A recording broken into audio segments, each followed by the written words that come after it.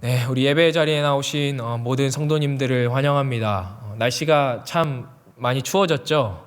예, 손바닥 뒤집히듯이 가을에서 겨울이 온 것 같습니다. 추운 날씨이지만 예수님이 주신 사랑으로 말씀으로 우리도 우리의 주변도 따뜻한 겨울이 되기를 간절히 소망합니다. 한 사회학자가 사회적 거리에 대해서 연구를 했습니다. 우리가 요즘 가장 많이 사용하는 단어가 이 사회적 거리죠. 물론 이제 그 뒤에 두기가 붙기는 하지만 우리가 참 많이 사용하는 단어입니다. 그 사회적 거리는 아니고요. 이것은 이제 인간 관계별로 적정한 물리적 사회적 거리를 연구한 것입니다. 여러 이제 관계들이 있는데요. 먼저 이제 가족 관계의 이 적정한 사회적 거리는 20cm였습니다. 굉장히 가깝죠. 가족들은 그것보다 더 가까워도 아무런 문제가 없을 것입니다. 친구나 지인은 46cm였고요. 직장 동료는 1.2m였습니다. 이 이야기를 이제 저희 청년들이랑 나누었는데요. 한 청년이 갑자기 저에게 목사님 그 연구 잘못된 것 같아요 이렇게 이야기를 하더라고요. 1.2m가 아니라 한 공간에 있는 것 자체가 싫어요 라고 하더라고요. 물론 이제 모든 직장 동료랑 그런 것은 아니고요. 이제 자기들을 좀 괴롭게 하는, 힘들게 하는 직장의 상사들한테 그런 이제 마음을 느낀다고 하더라고요. 이 한 청년이 그런 이야기를 하니까 이 주변의 다른 모든 청년들이 막 웃으면서 맞다고 맞장구를 치더라고요. 그 모습을 보는데 참 씁쓸하면서 안타까운 마음이 들었습니다. 우리 청년들이 참 힘들게 사는구나. 직장에서 참 여러모로 시달리면서 사는구나. 이런 마음이 들었습니다. 이 사회적 거리는 물리적인 것뿐만이 아니라 정서적인 것에서도 그대로 적용이 됩니다. 평소에 전혀 친분이 없는 전혀 뭐 말 한 번 해본 적 없는 그런 직장 동료가 갑자기 오더니 규현 씨 오늘 퇴근하고 우리 같이 밥 한 끼 하실래요? 이렇게 이야기를 한다면 아주 외향적인 사람들을 제외하고서는 당황합니다. 갑자기 이 사람이 나한테 왜 이러지? 내가 뭘 잘못했나? 나에게 뭐 바라는 게 있나? 뭐 나에게 다른 마음이 있나? 이런 저런 생각들이 아마 들 것입니다. 이미 정해져 있는 이 어떤 정서적 거리나 물리적 거리를 좁히기 위해서는 굉장히 많은 노력과 시간과 에너지가 필요하고 굉장히 차근차근 조심히 접근하는 것이 아마 필요할 것입니다. 인간과의 관계만이 아니라 하나님과의 관계에 있어서도 마찬가지입니다. 여러분, 하나님과 어떤 거리에 있으십니까? 1.2m 아니면 46cm, 20cm 혹은 그것보다도 더 가까운 분들도 아마 계실 것입니다. 여러분, 하나님과의 관계에 최근, 하나님과의 거리에 최근 어떤 변화가 있으십니까? 조금씩 가까워지고 계신가요? 아니면 혹시 멀어지고 계시지는 않으십니까? 혹은 너무 단단히 굳어져서 아무런 변화가 없는 그런 상황에 놓여 있으십니까? 여러분, 우리 같이 오늘 말씀을 나누면서 나와 하나님의 거리가 얼마인지 좀 정직하게 돌아보는 시간이 되었으면 좋겠습니다. 그래서 우리가 하나님께 그 거리가 좁혀지는 은혜를 좀 간구하고 우리 결단하는 그런 시간 되었으면 좋겠습니다. 우리가 오늘 함께 나눈 이 다니엘 말씀은 우리가 잘 아는 이야기들입니다. 여러분, 다니엘은 원래 유다 왕국의 귀족이었습니다.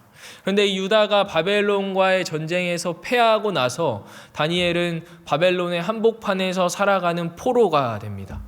여러분, 혹시 포로가 된 적 있으십니까? 혹시 포로가 돼본 적 있으신 분 한번 손을 들어주시겠어요? 예, 다행히도 아무도 없으신 것 같네요. 혹시나 포로가 돼본 적이 있으신 분이 계시면 어쩌나 이런 걱정을 했는데, 여러분, 우리는 영화나 드라마를 통해서 포로의 삶을 봅니다. 대부분의 많은 경우에 포로는 우리가 차마 입에 담기 힘든 고통을, 괴로움을, 어려움을 당하면서 살아갑니다. 다행히도 다니엘이 그런 삶을 살았던 것은 아닙니다. 다니엘은 아주 어렸을 때부터 이미 왕을 모실 제목으로 뽑혀서 왕궁에서 고등 교육을 받으면서 살아갑니다. 포로치고는 아주 괜찮은 꽤 좋은 대우를 받으면서 다니엘이 살아갑니다. 여러분이 다니엘이셨다면 어떠셨을 것 같나요? 행복했을까요? 좀 마음이 편했을까요? 살만했을까요? 여러분, 다니엘은 그렇지 않았습니다. 아마도 단 하루도 마음 편히 발 뻗고 누워서 자는 날이 없었을 것입니다. 아무리 포로로서 괜찮은 대우를 받고 왕을 모실 제목으로 뽑혀서 좋은 교육을 받는다고 할지라도 여러분, 그가 원래 누렸던 삶과 비교할 수 있습니까? 한 나라의 귀족으로서 사랑하는 가족들과 친구들과 함께 살았던 그 삶과 여러분 비교가 됩니까? 비교가 되지 않죠, 여러분. 그때 그 누렸던 그 자유들과 행복이 지금 포로로서 살고 있는 그 삶과 여러분 비교가 되지 않습니다. 여러분, 한순간에 누렸던 일상이 날아갔다는 점에서 다니엘은 우리와 똑같습니다. 우리가 지금 느끼는 그런 느낌들, 생각하는 것들을 다니엘도 똑같이 느끼고 생각했을 거예요. 그는 일상이 회복되기를 바랐을 것입니다. 하나님이 은혜를 주셔서 다시 고국으로 돌아가게 해주시지는 않을까? 유다가 다시 힘을 키워서 좀 독립할 수 있지 않을까? 그런 날이 오지 않을까를 다니엘은 굉장히 고대하고 바라고 소망했다는 거죠. 여러분, 근데 그 소망이 이루어졌습니까? 여러분, 다니엘에게 일상이 회복되지 않았습니다. 그에게 새로운 일상이 주어졌죠. 오늘 말씀에 보면 다니엘이 무엇이 되어 있습니까? 총리가 되어 있습니다. 다니엘이 원래 처음 끌려왔을 때는 바벨론이었잖아요. 그죠? 바벨론이란 제국에 끌려와서 이 다니엘이 교육을 받고 결국엔 하나님의 은혜 가운데 그가 바벨론의 총리가 되죠. 그런데 오늘 말씀에 보면 바벨론이 아니라 메대의 다리오 왕이죠. 이 페르시아가 바벨론을 무너뜨립니다. 그리고 페르시아가 이 메대 사람 다리오를 그 지역을 다스리는 본붕 왕으로 삼습니다. 그리고 다니엘은 여전히 그 지역의 그 나라의 총리로 지금 살고 있는 거죠. 제국이 바뀌었는데도 불구하고 다니엘은 여전히 총리로 살아가고 있는 것입니다. 어떻게 보면 다니엘의 삶이 꽤 괜찮은 것처럼 보입니다. 제국이 바뀌었음에도 총리로 살아가는 그의 삶. 사실 요즘 많은 사람들이 부러워할 만한 그런 삶을 다니엘이 살고 있는 것처럼 보여요. 여러분, 그런데 다니엘의 삶이 그렇게 그냥 썩 겉으로 보이는 것처럼 괜찮지는 않았습니다. 여러분, 백조가 물 위에 이렇게 우아하게 떠 있을 때 그 떠 있기 위해서 물 밑에서는 굉장히 열심히 이렇게 발길질을 한다고 하잖아요. 다니엘의 삶이 아마 그랬을 거예요. 여러분, 다니엘의 주변에는 다니엘을 이렇게 좋게 보는 사람들이 거의 없었던 것 같아요. 수많은 사람들이 다니엘을 보고 시기하고 질투하고 어떻게 그를 쓰러뜨려 볼까 이런 마음을 가진 사람들밖에 없었어요. 그에게는 늘 패망국의 국민 포로라는 꼬리표가 따라다녔던 거죠. 그 주변의 사람들은 다니엘을 보면서 아니, 저 외국인이 우리 총리라는 게 말이 돼? 저 외국인의 통치를 받는 건 수치스러운 일이야. 저 언제 저 배신해야 할지 몰라. 저거 하나 뭐 잡히기만 해봐. 저 언제든지 널 끌어내려 주겠어. 이런 마음을 가진 사람들로 다니엘의 주변이 가득했어요. 여러분, 한번 생각해 보세요. 그런 시선 속에서 사는 것, 그런 사람들에게 둘러싸여 사는 것, 여러분 쉬웠겠습니까? 저 같았으면 못 버텼을 것 같아요. 다니엘이 그런 틈바구니 아래에서 살았던 거죠. 아니나 다를까 여러분, 오늘 말씀에 보면 문제가 일어나죠. 그런 사람들이 등장합니다. 다니엘은 일을 아주 탁월하게 잘했던 것 같아요. 그래서 이 왕이 다니엘에게 3명의 총리 중에 가장 높은 자리로, 왕 다음 가는 2인자로 삼아서 온 나라를 다스리게 하려고 합니다. 그러니까 다른 2명의 총리와 그들이 동원한 120명의 지방 장관들이 그 꼴을 도저히 가만히 두고 볼 수가 없었던 거죠. 그래서 이 모든 관리들이 하나가 됩니다. 여러분, 이게 얼마나 놀라운 일인지 몰라요. 여러분, 정치인들이 하나가 되는 것이 여러분 쉽습니까? 그 안에도 여러 파벌과 여러 배경과 여러 가지 각자의 목적을 갖고 살아가는 사람들이 있었을 텐데 그 모든 사람들이 다 하나가 돼요. 다니엘을 잡아 끌어내리기 위해서. 그래서 이들이 다니엘의 뒷조사를 합니다. 저 뭐 잘못한 거 없나? 뭐 좀 빌미로 잡을 거 없나? 조사를 합니다. 여러분, 선거 처리되거나 아니면 정부의 어떤 인사를 할 때 청문회를 하죠. 혹시 청문회 보신 적 있으세요? 청문회를 보고 있으면 무서워요. 그 본인조차 기억하지 못하는 어떤 잘못을 막 찾아내서 공격하잖아요. 그것을 보고 있으면 무섭더라고요. 여러분, 그런데 오늘 다니엘이 당하고 있는 것은 그 정도 수준이 아니에요. 온 나라의 모든 권력들이 자기들의 모든 힘과 모든 인맥과 모든 것들을 동원해서 다니엘 한 명의 잘못을 지금 찾아내고 있는 거예요.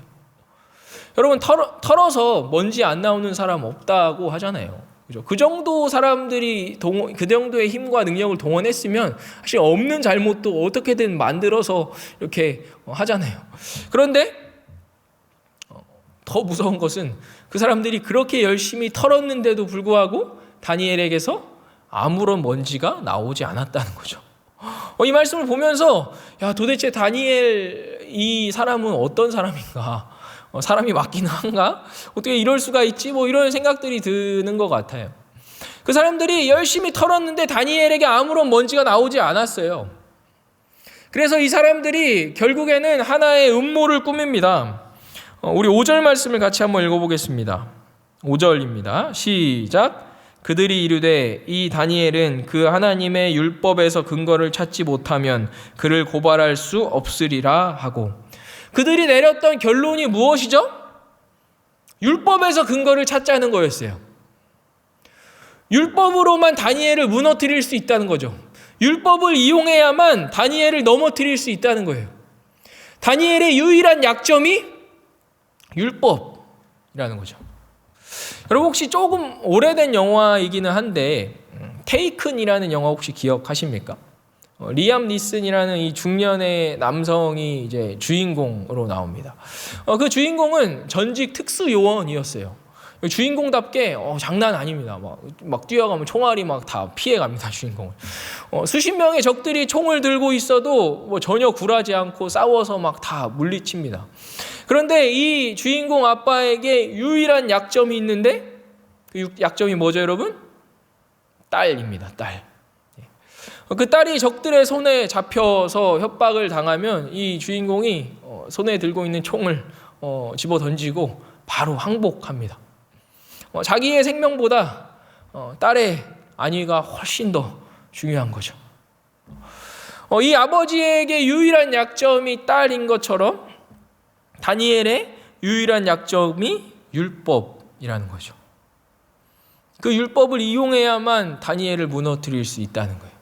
그래서 이들이 구체적인 계획을 실행합니다. 우리 7절 말씀인데 우리 같이 한번 읽어보겠습니다. 시작.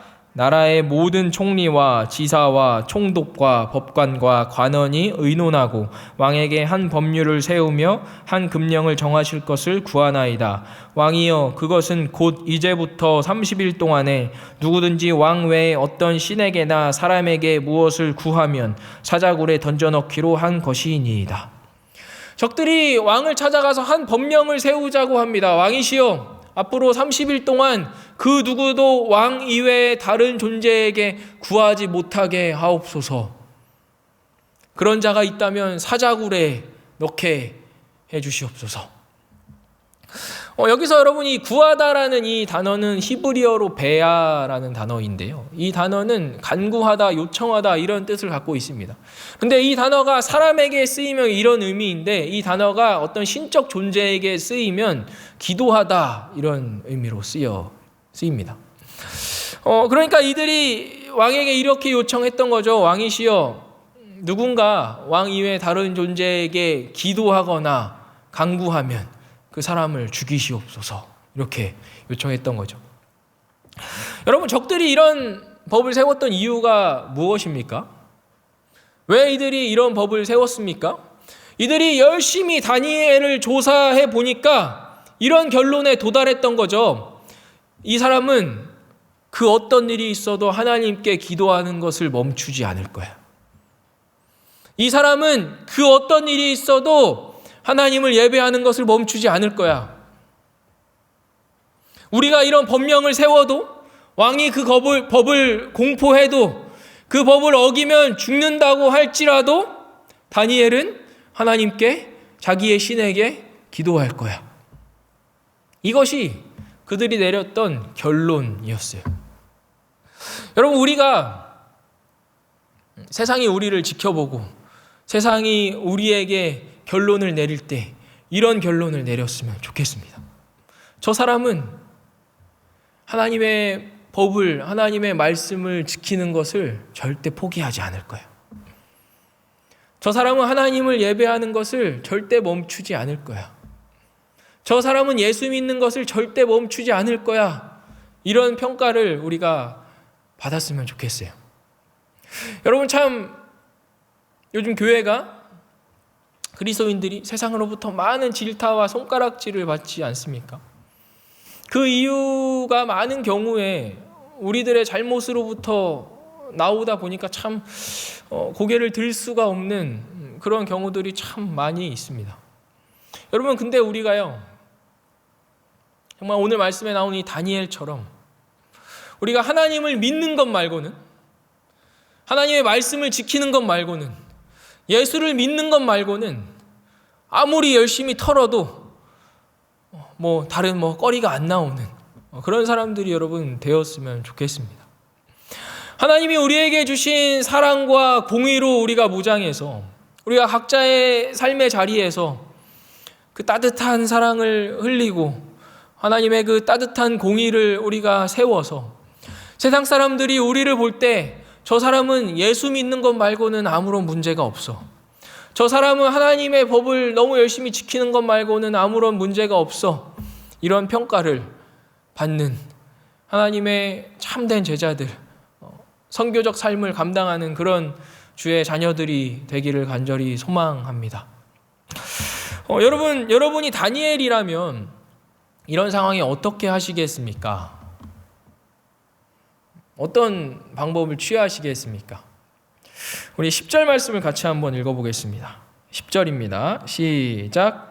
다니엘이 이 조서에 왕의 도장이 찍힌 것을 알고도 자기 집에 돌아가서는 윗방에 올라가 예루살렘으로 향한 창문을 열고 전에 하던 대로 하루 3번씩 무릎을 꿇고 기도하며 그의 하나님께 감사하였더라. 여러분, 여기서 핵심은요, 전에 하던 대로입니다. 다니엘은 전에 하던 대로 하나님께 기도합니다. 다니엘이 언제부터 이렇게 했는지는 모르겠습니다. 유다에 있을 때부터였을 수도 있고요. 포로로 잡혀오거나 아니면 어느 정도 자리를 잡고 난 이후부터일 수도 있습니다. 다니엘은 늘 하던 대로 하나님 앞에 나아가 기도합니다. 여러분, 지금은 비상 상황이잖아요. 그죠? 적들이 자기를 죽이려고 올무를 놓지 않았습니까? 여러분, 이런 비상 상황에는 조금 다르게, 평소와는 조금 다르게 다른 방법으로 좀 이 위기를 넘어갈 수도 있잖아요. 좀 창문을 닫고 기도한다거나 아니면 좀 다른 사람들 안 들리게 속으로 기도한다거나 아니면 모두가 잠든 시간에 기도한다거나 이런 여러 가지 방법들이 있습니다. 조금만 유연한 태도를 취하면 이 위기를 지혜롭게 잘 넘길 수가 있습니다. 여러분, 그런데 다니엘은 그렇게 하지 않습니다. 다니엘은 늘 하던 대로 기도합니다. 그럼 다니엘이 왜 그랬던 걸까요? 다니엘은 왜 그렇게 해야만 했을까요? 왜 그렇게 했을까요? 여러분, 오늘 이 기도의 내용을 보면 우리가 그것을 짐작할 수 있습니다. 다니엘이 여러분 무엇을 기도합니까? 그는 늘 하던 대로 늘 그랬던 것처럼 하나님께 감사합니다. 감사. 여러분, 이 상황에도 다니엘은 하나님께 감사합니다. 여러분, 여기서 우리가 알 수 있는 것이 있습니다. 그의 인생의 중심에 무엇이 있었는지 우리가 알 수 있습니다. 여러분, 만약 다니엘의 인생의 중심에 그의 직업이, 그의 명예가, 그의 어떤 사회적 평판이, 그의 돈이 있었다면 다니엘은 감사할 수 없습니다. 왜냐하면 이 모든 것을 지금 잃을 위기에 있기 때문입니다. 다니엘이 그것들이 그의 삶의 중심에 있었다면 다니엘은 하나님께 이 모든 것들을 지킬 수 있게 해달라고, 이것들을 빼앗으려는 원수들을 물리쳐달라고 다니엘은 기도했어야만 합니다. 그런데 다니엘은 그렇게 기도하지 않죠. 왜냐하면 그것들이 다니엘의 삶의 중심이 아니었기 때문입니다. 다니엘의 삶의 중심에는 자기가 지금까지 이룬 것이나 소유한 것이나 그런 것들이 있지 않았습니다. 다니엘의 삶의 중심에는 하나님, 그분 그 자체가 있었습니다. 그래서 다니엘은 여전히 하나님께 감사할 수 있었습니다. 하나님이 나의 하나님이 되시고, 그 하나님이 나의 삶 가운데 함께 하시고, 그분이 나의 목자가 되셔서 내 삶을 인도해 가신다는 그 사실이 다니엘의 삶의 중심에 있었고, 그것이 다니엘의 감사의 이유였던 것입니다. 다니엘은 정해진 시간이 되면 모든 것들을 멈췄습니다. 모든 것들을 멈추고 하나님 앞에 섰습니다. 다니엘은 하나님 앞에 서서 하나님이 어떤 분이신지, 그분 안에서 내가 어떤 존재인지 다니엘은 기도했던 것입니다. 여러분, 우리는 참 바쁜 시대를 살고 있는 것 같습니다. 어린 아이들부터 지긋한 어른들까지 다들 참 얼마나 바쁜지 모릅니다. 저희 청년들을 만나서 이렇게 이야기를 듣다 보면 참 정말 바쁘게 살더라고요. 요즘 취업하기가 참 어렵지 않습니까? 오랜 시간 열심히 준비해서 취업을 하고 그렇게 어렵게 힘들게 바쁘게 직장 생활을 합니다. 그런데 그러면서도 늘 이직을 염두에 두고 스펙을 쌓아요. 대학원을 다니고 자격증을 따고 영어 공부를 하고 끊임없이 자기 개발을 해야만 하는 그런 시대를 살고 있습니다. 그러면서도 결혼을 또 해야 되니까, 여러분, 결혼이 갑자기 어느 순간 뚝딱 되지 않잖아요, 그죠? 여러분, 저희 청년들이랑 얘기하다 보면요, 제일 힘든 부모님의 잔소리가 결혼해라 그래요. 여러분, 자식들에게 여러분 결혼하라는 잔소리를 여러분 하지 마세요, 여러분. 자식들도 대부분 청년들이 진짜 일부를 제외하고 다 결혼하고 싶어요. 결혼하고 싶어 하더라고요. 그런데 할 수 없는 상황 가운데 놓여 있으니까 본인들도 얼마나 답답한지 모릅니다. 그런데 부모님이 결혼하라고 잔소리를 하면 너무 힘들대요. 결혼을 하려면 여러분 연애도 해야 되잖아요. 그렇죠? 연애도 해야 되고, 또 요즘에 결혼하려면 이것저것 많이 필요하잖아요. 그러니까 결혼하려면 또 경제적으로도 또 많은 또 드니까 재테크도 해야 되고, 그 와중에 또 볼 것들도 참 많습니다. 유튜브, 넷플릭스, 웹툰, 즐길 거리들과 다양한 문화 활동들, 스포츠 활동들, 해야 할 것들이 너무 많습니다. 청년들의 삶이 해야만 하는 일들과 하고 싶은 일들로 아주 꽉꽉 다 차 있습니다. 여기에 계신 분들의 삶도 아마 마찬가지일 거예요. 아침 일찍 일어나셔서 가족들의 식사를 챙겨주시고, 출근하시고, 학교에, 가족들이 학교에 가고, 출근하고 하면, 이제 설거지도 하셔야 되고, 집안 정리도 하셔야 되고, 빨래도 하고, 할 것들이 너무 많아요. 그것들 하다 보면 하루가 그냥 다 끝나 있지 않습니까? 그죠? 중간중간에, 아침에 일일 드라마도 보셔야 되고, 하다 보면 하루가 모자라요. 우리가 다 그렇게 바쁘게 살아가고 있습니다. 여러분, 하지만, 여러분, 그렇기 때문에, 바쁘기 때문에 우리가 우리의 삶 가운데 멈추어야 합니다. 멈춰서 하나님 앞에 서야만 합니다. 프랑스의 유명한 소설가이자 비평가인 폴 브루제라는 사람이 이런 말을 했습니다. 당신은 당신이 생각하는 대로 살아야 한다. 그렇지 않으면 머지않아 당신은 사는 대로 생각하게 될 것이다. 우리가 생각하는 대로 살아야 한대요. 그렇지 않으면 사는 대로 생각하게 된대요. 우리가 살아가는 이 삶이 너무 바쁘기 때문에 정신없이 휘몰아치는 이 세상 속에서 우리가 생각하는 대로 살지 않으면 어느 순간 거기에 휩쓸려서 그냥 사는 대로 생각하게 된다는 거죠. 여러분, 우리가 하나님 앞에 멈추어서 하나님을 묵상하지 않으면, 하나님을 주목하지 않으면 우리가 세상에 휩쓸려서 그냥 세상의 흐름 가운데 살아가게 된다는 겁니다. 여러분, 멈추고 계십니까? 멈추어서 하나님을 바라보십니까? 여러분, 이 예배가 아마 우리에게 멈추는 시간일 것입니다. 모든 것들을 다 멈추고 하나님 앞에 우리가 서잖아요. 하나님이 어떤 분이신가? 예수님이 나를 사랑하셔서 무슨 일을 하셨는가? 내가 그 안에서 어떤 존재인가? 우리가 예배를 통해 여러분 확인하고 고백하지 않습니까? 여러분, 우리가 일주일에 이렇게 몇 번 드리는 예배만이 아니라 여러분의 삶의 그 자리자리마다 우리에게 주어진 그 하루하루마다 순간순간들마다 우리가 멈추어야 합니다. 멈추어서 하나님을 주목하는 은혜가 있기를 소망합니다. 하나님 앞에 서서 하나님이 나를 위해 어떤 일을 하셨나? 하나님, 그분이 어떤 분이신가? 그분 안에서 내가 어떤 존재인가? 이 질문들에 대한 답을 올려드리고 고백하는 우리 3일의 모든 성도님들 되시기를 간절히 소망합니다. 우리 같이 함께 찬양하시겠습니다. 우리 시선이라는 찬양인데요. 우리 같이 우리의 삶을 멈추고 하나님을 주목하는 그런 시간 되기를 소망합니다. 우리 그런 마음으로 우리 같이 함께 찬양하시겠습니다.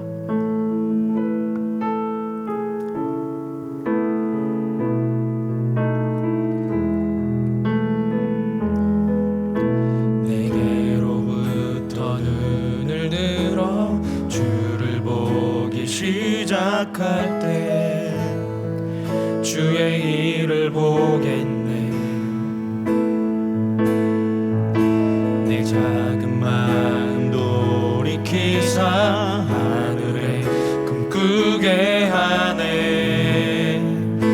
주님을 볼 때 모든 시선을 주님께 드리고 살아계신 하나님을 느낄 때 내 삶은 주의 역사가 되고 하나님이 일하기 시작하네. 성령이 나를 변화시켜 성령이 나를 변화시켜 모든 두려움 사라질 때 주의 일을 보겠네. 험대한 땅 한가운데서 주님만 알게 되리. 주님을 볼 모든 시선을 주님께 드리고 사랑하신 하나님을 느낄 때 세상은 주의 나라가 되고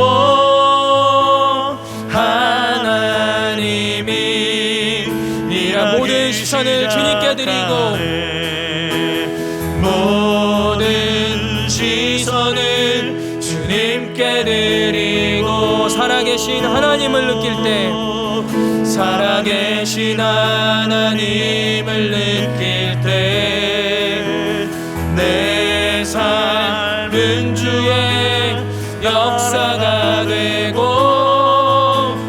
하나님이 우리 한 번 더 찬양합니다. 모든 시선을 주님께 드리고 모든 시선을 주님께 드리고 전능하신 하나님을 느낄 때 전능하신 하나님을 느끼 내 삶은 주의 나라가 되고 내 삶은 주의 나라가 되고 하나님이 일하기 시작하네. 아멘. 우리 하나님이 오늘 우리에게 주신 말씀들을 가지고 또 우리 각자의 삶 가운데 있는 기도 제목들을 가지고 우리 함께 기도하면서 나아가도록 하겠습니다. 살아계신 아버지 하나님 이 시간 주님 앞에 나아갑니다. 하나님 모든 것을 멈추고 우리의 시선